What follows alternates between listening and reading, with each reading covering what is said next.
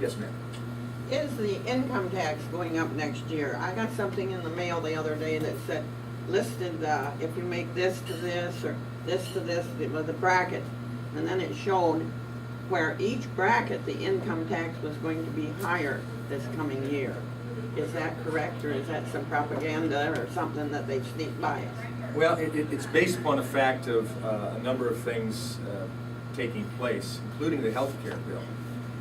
Though I'm committed to repealing the health care bill and replacing it with proper reform, a bill that I introduced in the House or something like that.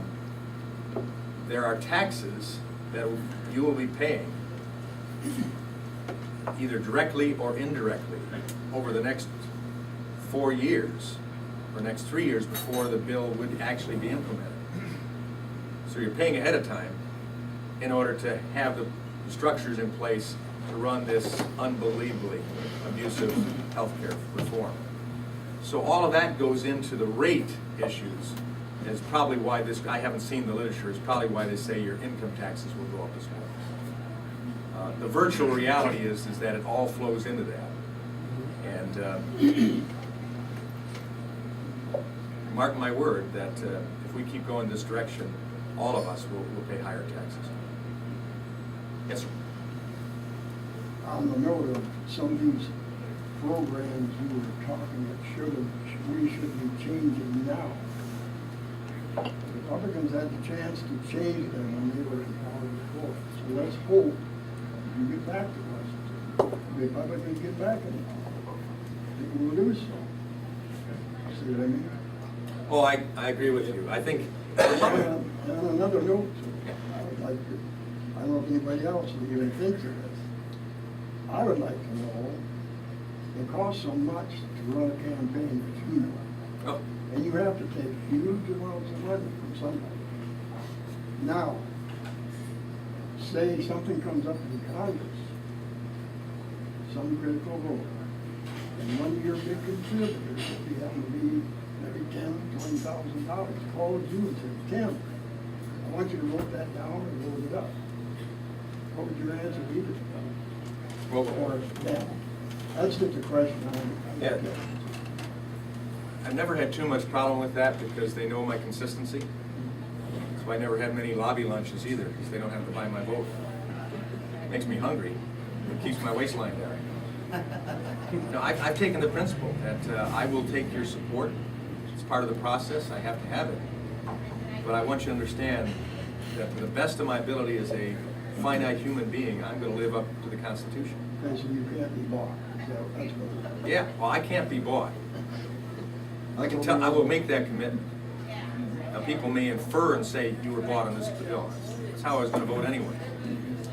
But I'll never forget the time when, let me use this as I think it's a good illustration.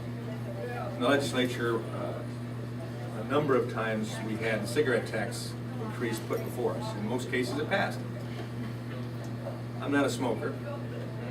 I was a minister before I went to the dark side in politics. And so most people would think that that'd be an easy vote for Walberg. He's going to vote against it. He's going to vote for a cigarette tax increase. I never did. And I had some of my minister friends come and say, hey, Walberg, what's happened here? You've been bought off by the tobacco industry? I said, no. I said, Article 1, Section 1 of the state constitution says this. It begins the whole Constitution. All political power is inherent in the people. Government is instituted for their equal benefit, security, and protection.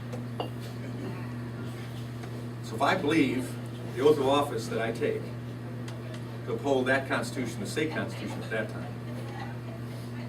that I cannot vote for anything that doesn't afford equal benefit, security, and protection, no matter how much I want to vote for it, or how many of my constituents want me to vote for it.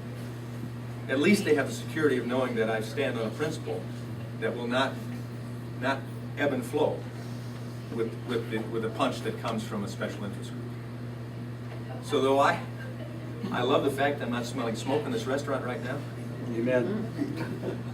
I could never have voted for a law in this state that stepped in the private sector and mandated in a private place whether you could have smoking or not. Now, a public place, that's a different story. the state capitol and our Secretary of State's offices, those, sure, I can vote for smoke-free. This is up to the proprietor. They're the ones that pay the taxes. They're the ones that pay the rent. They're the ones that pay the light bill. They're the ones that want the customers or don't want the customers. And then the employees that work here have to make the decision, do I want to work in a smoke-filled place or not? These are decisions that we ought to make on our own. So that's, I guess, an example, and that's why I get in trouble sometimes in elections. Because there are certain areas I will not give them. And whether it's a banking interest or whether it's a union issue or whatever else.